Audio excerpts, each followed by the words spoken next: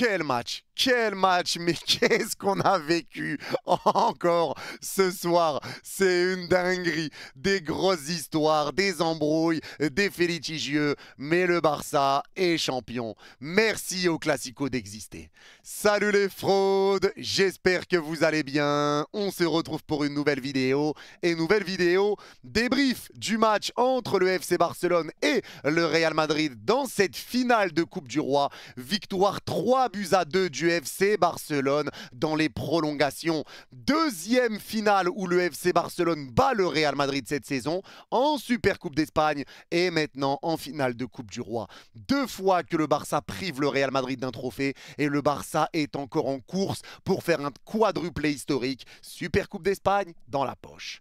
La Coupe du Roi dans la poche. La Liga peut-être bientôt dans la poche et la Ligue des Champions en cours de téléchargement.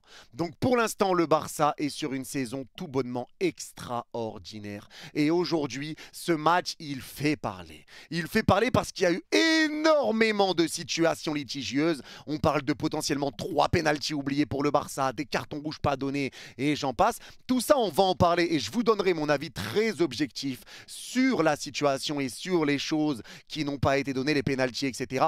Tout ça, on va en parler, mais c'est vrai que ce match, pour certains, avait des allures de guet-apens, mais moi, je vais vous donner mon avis très sincèrement par rapport à tout ça. Maintenant, on va parler du match et on va dire que ce match, c'était un match où tu attendais le Real Madrid, parce que le Real Madrid, c'était un match à jouer face au Barça, certes, qui était meilleur que toi, mais sur un match, tout était possible parce que tu pouvais récupérer un trophée qui récompenserait ta saison.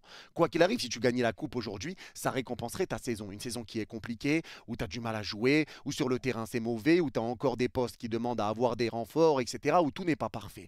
Tu aurais pu quand même récupérer ce trophée important. Donc on s'attendait à voir un Real Madrid qui donne tout. Mais sur cette première mi-temps, le Real Madrid s'est fait détruire par le Barça. Détruire. Tu termines le match avec un tir dans la première mi-temps, 0 cadré. C'est une frappe de Fran Garcia qui est déviée. Déviée par un super tacle de Cubarsí ou Inigo, je ne me rappelle plus qui tacle. Tu as une seule frappe et une frappe qui a été déviée. Chesney n'a eu besoin de faire aucune parade en première mi-temps. En première mi-temps, j'ai la sensation que le Real Madrid était craintif du Barça. C'est un Real Madrid qui restait très bas, qui restait bien en place et un Real Madrid qui laissait le ballon au Barça, forcément, parce que le Barça aura le ballon et on savait qu'ils auraient le ballon. Mais le Barça était tellement tranquille. Il y avait tellement de joueurs du Real Madrid qui ne voulaient pas mettre leurs pieds, qui ne voulaient pas essayer de presser, que les joueurs du Barça, ils se mettaient dans la moitié de terrain madrilène et ils marchaient. Et ça marche, et tu marches, hop, et tu regardes à qui tu vas la donner, et tu as le temps de savoir à qui tu vas donner le ballon. Le Barça t'a roulé dessus, et le pire, c'est que c'est un Barça qui n'a même pas eu besoin de forcer son talent. Ils n'ont même pas eu besoin de forcer leur talent. Et malgré ça, le Barça te roule dessus. C'est une première mi-temps qui est ultra dominée. Et le premier but vient d'une superbe récupération de Cubarsí. Parce que ça, il faut le dire, le tacle que fait Cubarsí sur un ballon qui peut partir en profondeur de Bellingham pour Vinicius, ça peut être un compte pour le Real. Cubarsí récupère la balle, super tacle. Ça vient sur Pedri qui sert Lamine Yamal. Lamine Yamal temporise parfaitement dans la surface et il voit l'appel de Pedri parce que tous les joueurs du Real sont omnubilés par le porteur de balle. Passe entrée de surface, personne n'est entré de surface, plat du pied magnifique. Lucarne, ça fait 1-0. Ça fait 1-0. Le Barça n'a même pas eu besoin de forcer son talent. Mais aujourd'hui, pour moi, le Real Madrid a rencontré plusieurs problèmes. Premier problème, c'est que d'accord, tu veux jouer bloc bas. Tu peux jouer bloc bas, il n'y a pas de souci. Mais le problème, c'est que tu regardes le porteur de balle. Il y a des moments où tu voyais Rafinha qui était tout seul, il s'arrêtait. Et quand je vous dis, c'est pas il fait des feintes de corps, il s'arrêtait. Il s'arrête, il y a Lucas Vazquez, d'autres joueurs qui sont à côté de lui. Rafinha s'arrête, il attend que Pedri arrive. Et tu vois Pedri courir de loin. Pedri qui arrive pour proposer une solution, mais tu as Lucas Vazquez qui reste comme ça devant Rafinha. Il sautille pour voir où tu vas partir. Mais ça, frérot, tu peux le faire quand tu vois que Rafinha a le ballon et qu'il y a un joueur qui part en profondeur et que tu dois couvrir soit Rafinha qui accélère, soit un joueur qui part dans ton dos. Là, il n'y a personne, mets ton pied, gêne-le. Rafinha, il était juste arrêté. Il a attendu Pedri, il lui met le ballon, 1-2, ça part. Et plusieurs fois, tu as vu ça. Parce que les joueurs du Real Madrid étaient omnubilés par le porteur de balle. Tu n'étais pas assez agressif, tu ne mettais pas ton pied. Ça ne sert à rien. Si tu es en bloc et que tu es devant le porteur de balle, mets ton pied. Ce que tu fais là, ça sert strictement à rien. Rafinha est arrêté. Tu vois qu'il n'a pas de solution, il faut prendre l'info, il faut le savoir. Défensivement, ça a été compliqué pour le Real. Ça a été compliqué. Et même si Rudiger a fait des récupérations aujourd'hui, je suis désolé, mais les sorties de Rudiger, ce joueur-là, il faut ouvrir le dossier. Je suis désolé, mais il faut ouvrir le dossier.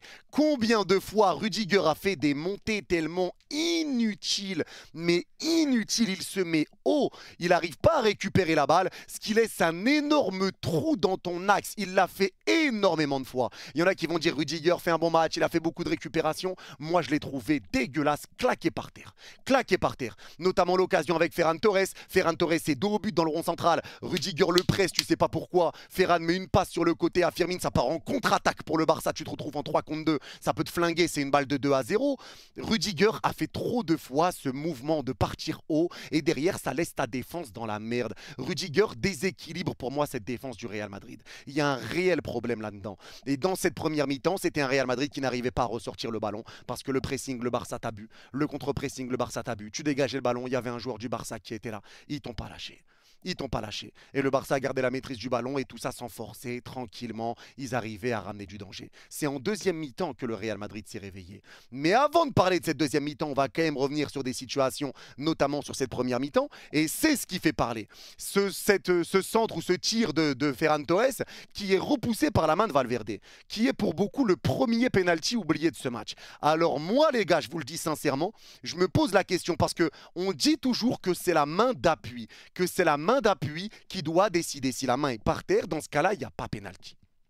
Ça, on le sait, on connaît la règle. Mais là, la main n'est pas encore par terre. Donc, il faut nous expliquer en quoi consiste la règle. Est-ce que finalement, c'est une main naturelle du corps? Est-ce que ça va devenir la main d'appui? Donc, ça ne compte pas comme un penalty, même si la main n'est pas au sol. Parce que selon la règle, apparemment, c'est si ta main est au sol. On parle de main d'appui.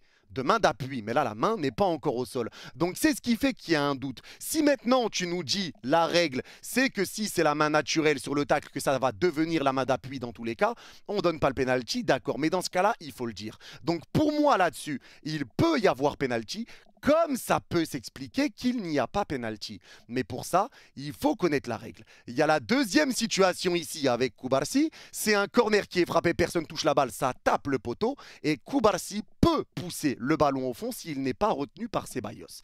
Donc là, on voit, il est en train de perdre son t-shirt carrément, Cubarsí. Il n'a même plus de t-shirt. La question est de savoir, est-ce que Cubarsí lui aussi retient Ceballos? Parce que je n'ai pas revu la vidéo, mais on voit quand même que Cubarsí aussi tient Ceballos.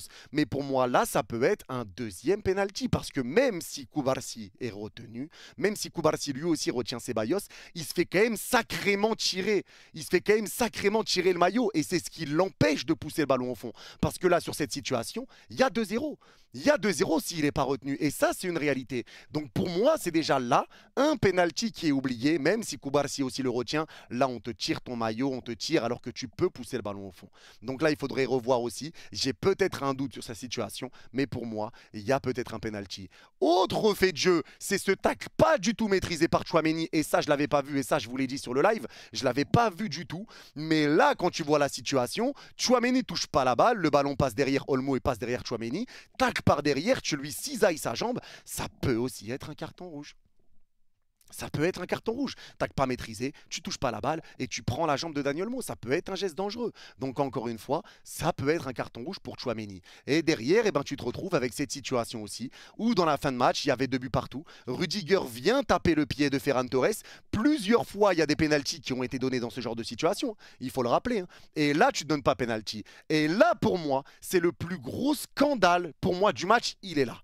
Il est là. C'est que là, tu vois que Rudiger prend le pied de Ferran Torres. Il y a un ralenti où je disais, ah, pour moi, il n'y a peut-être pas grand-chose. Il le touche légèrement. Il y a un deuxième ralenti où tu vois que Ferran tombe parce que son pied se lève trop. Il ne peut pas le pousser par terre. Donc, il tombe. Donc, pour moi, là-dessus, il y a penalty. Et pour moi, là, c'est sans débat. Et il y a une chose que je ne comprends pas. C'est comment tu donnes un penalty au FC Barcelone sur Rafinha où il n'y a absolument rien. C'est une simulation de Rafinha, il n'y a pas de souci.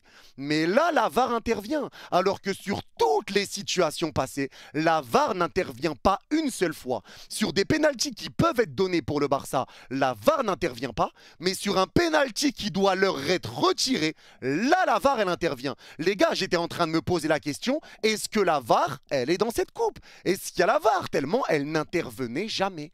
Elle n'intervenait jamais. Jamais ça se disait, bon peut-être faut appeler l'arbitre, il va aller regarder ou voir ce qui se passe. Et en plus il nous montrait même pas les ralentis. Les ralentis exacts, notamment sur l'action de Cubarsí où il se fait retenir par le maillot, il nous montre juste le poteau. Hein. Il nous montre pas Cubarsí en train de se faire tirer le maillot. Tu le vois juste au fond de la télé, là au fond de l'écran, tu voyais juste ça. Donc moi aujourd'hui, si le Real Madrid avait gagné, ça aurait fait parler. Ça aurait fait parler. Alors, il y a des situations qui peuvent s'expliquer, mais pour moi, il y en a qui ne s'expliquent pas là-dessus. Il y en a qui ne s'expliquent pas. Et là, on va y venir encore une fois sur la fin du match. Je n'ai pas encore parlé de la deuxième mi-temps, mais là, forcément, ça force à parler de la fin du match, où il y a un coup franc qui est donné pour le Barça. Justement, c'est important de le dire, justement, parce que Mbappé essaye d'avancer, il restait 30 secondes à jouer, il met son bras et il met une tarte dans la... involontaire, mais dans la tête d'Eric Garcia. Il lui met une tarte dans la tête.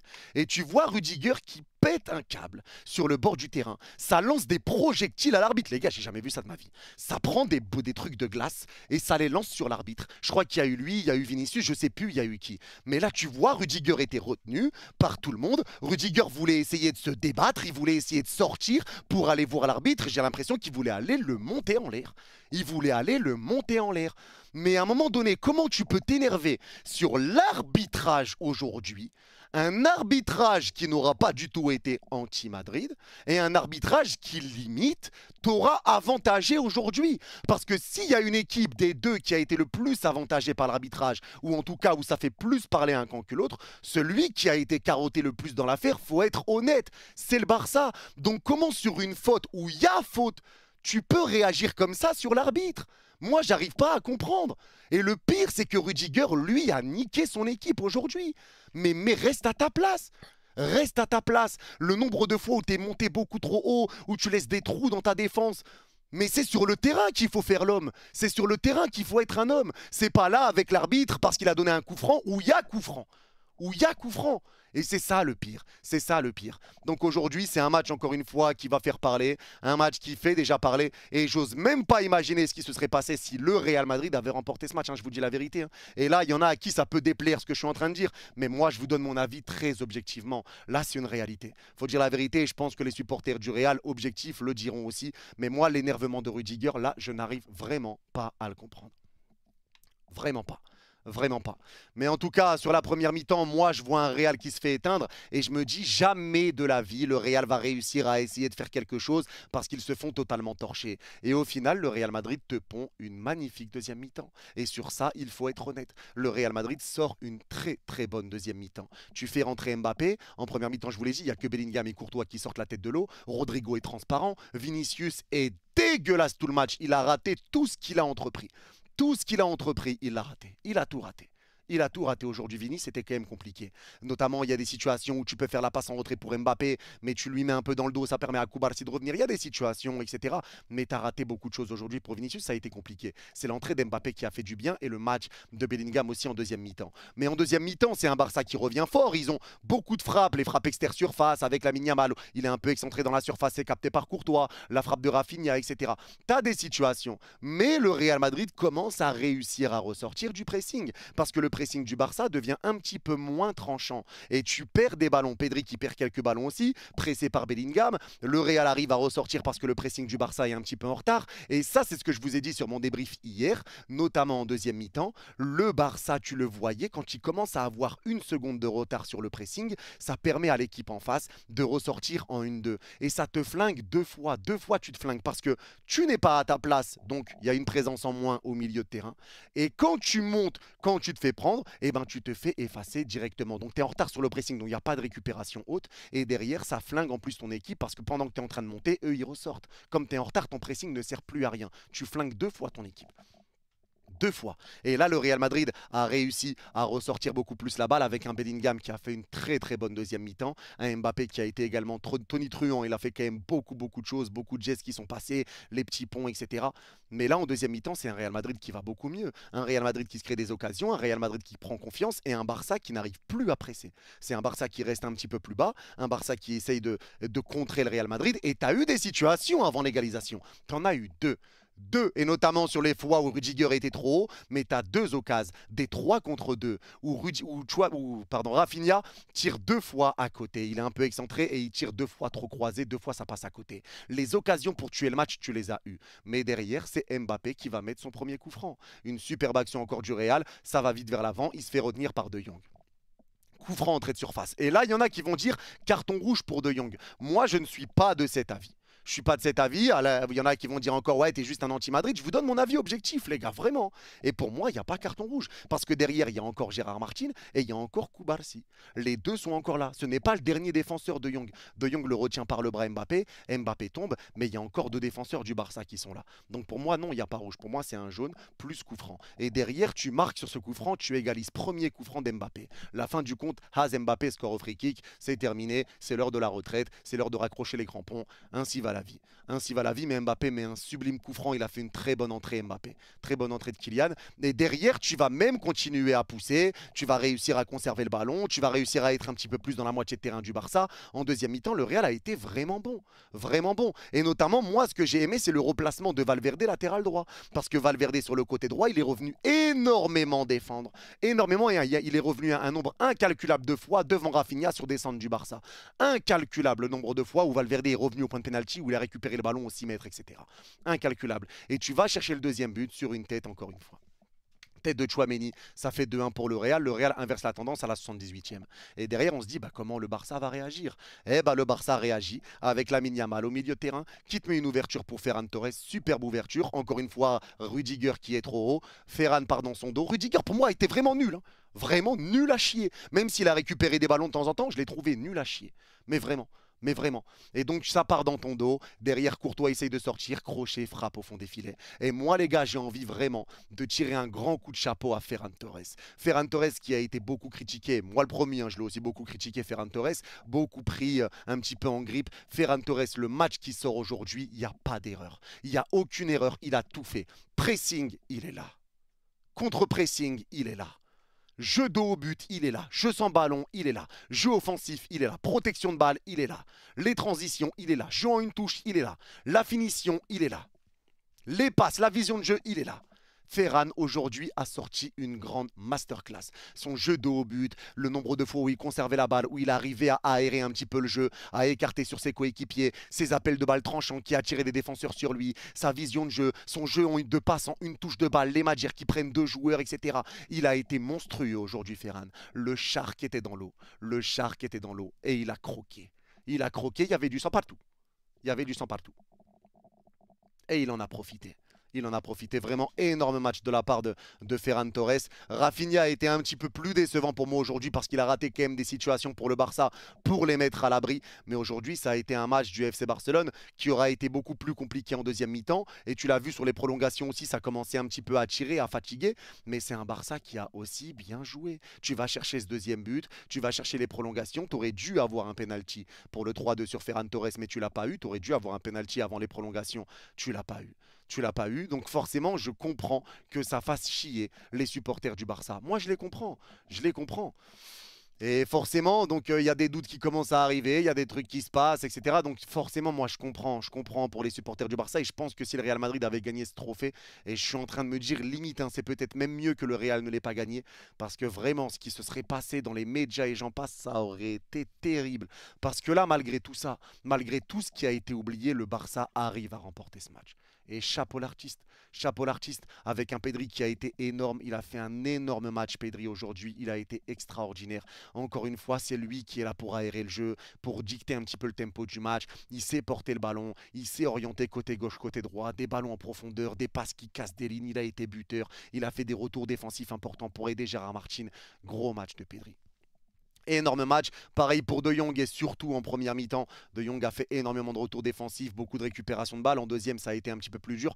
Pareil pour Gérard Martin en deuxième mi-temps, ça a été vraiment dur sa deuxième mi-temps. Et c'est pour ça qu'il est sorti, je pense, parce que quand le Barça avait le ballon et que le Real n'était pas dangereux, il n'y a pas de problème. Première mi-temps, il y en a beaucoup qui me disent que Gérard Martin n'est pas bon, mais pour moi, il n'est pas mauvais. C'est un Gérard Martin qui va pas vers l'avant, c'est un Gérard Martin qui quand même se fait pas dédoubler, il se fait pas prendre dans le dos. Et ses passes, même si elles sont déviées, il récupère des touches derrière. Le problème que rencontre Gérard Martin, et ça vous pouvez regarder tous les matchs du Barça, Gérard Martin il a un boulevard devant lui. Tu peux passer la 3e, 4e, 5e accéléré à 300 avec GMK, faire un voyage dans sa voiture avec GMK. Hein. Il peut, comme dirait GMK, il peut t'emmener en enfer comme il dit pour ses vidéos. Tu peux passer la 6e, la 7e, la 8e, tu as un boulevard. Mais toi ce que tu fais c'est qu'avant d'être à gauche de la surface, tu mets le ballon latéral.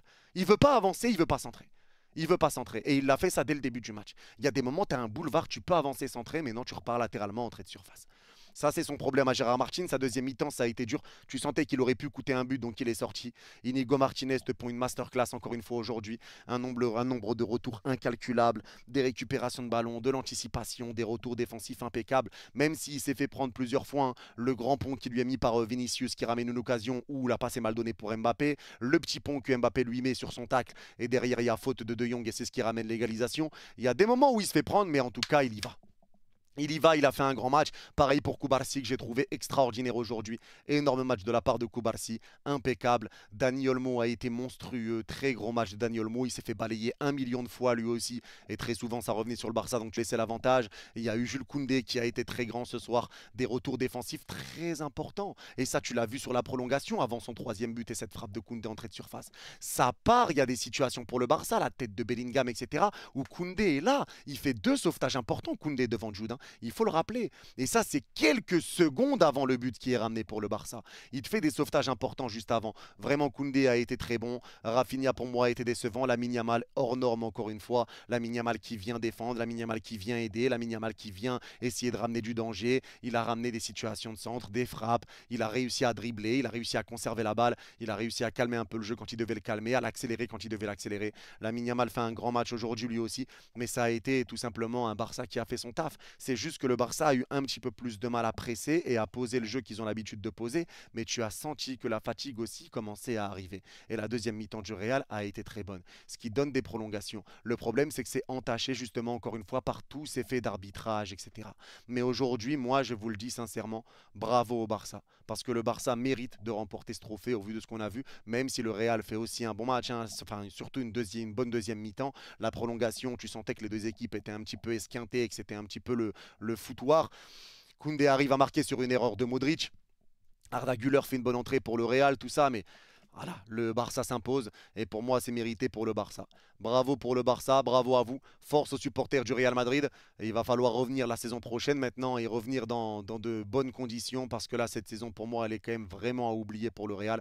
Force à vous parce que comme je l'ai déjà dit, je suis passé par là avec le PSG et encore on faisait des parcours bien moins longs où la saison s'arrêtait bien avant pour nous. Mais vraiment, là, j'avoue que c'est compliqué. Très, très dur à vivre, à mon avis, pour les supporters du Real. Mais il ne faut pas oublier tout ce que vous avez vécu avant aussi. Vous avez été hors norme. 6 Ligues des Champions sur 10 dernières années. Exceptionnel. Vous avez quand même bien mangé. Donc, il faut aussi peut-être passer par là. Et même quand tu passes par là, tu fais toujours des parcours extraordinaires. Quart de finale de Champions, course au titre en Liga. Tu fais finale de Coupe du Roi. Bravo malgré tout et bravo pour la deuxième mi-temps, celle-là vous pouvez en être fier. Gros match d'Mbappé, tu auras eu des situations aussi pour essayer de gagner le match, mais finalement tu ne l'as pas gagné. Il y a eu 2 pénaltys qui ont été refusés aussi pour le Real Madrid, mais 2 pénaltys logiquement refusés vu qu'il y avait hors-jeu au départ. Les 2 ont été sifflés instant, hein. L'arbitre siffle, pénalty, et derrière il y a le drapeau qui se lève. Les 2, il y avait hors-jeu au départ, sinon le Real Madrid aurait eu 2 pénaltys dans ce match. En tout cas, c'est tout pour ce débrief. N'hésitez pas à me dire en commentaire si vous êtes d'accord ou pas d'accord avec moi. Bravo au FC Barcelone, bravo au Real Madrid. Vraiment, on s'est régalé. Maintenant, quand même, c'est vrai que sur l'attitude, il y a des joueurs qui sont un petit peu décevants et notamment Rudiger. Mais en tout cas, c'est comme ça. Et bravo au Barça. Merci à tous d'avoir suivi cette vidéo. Pour ceux qui l'ont regardé jusqu'au bout, n'hésitez pas à mettre incroyable en commentaire et je comprendrai que vous l'avez vu jusqu'au bout. Prenez soin de vous. Vous êtes les GOAT. Bye bye.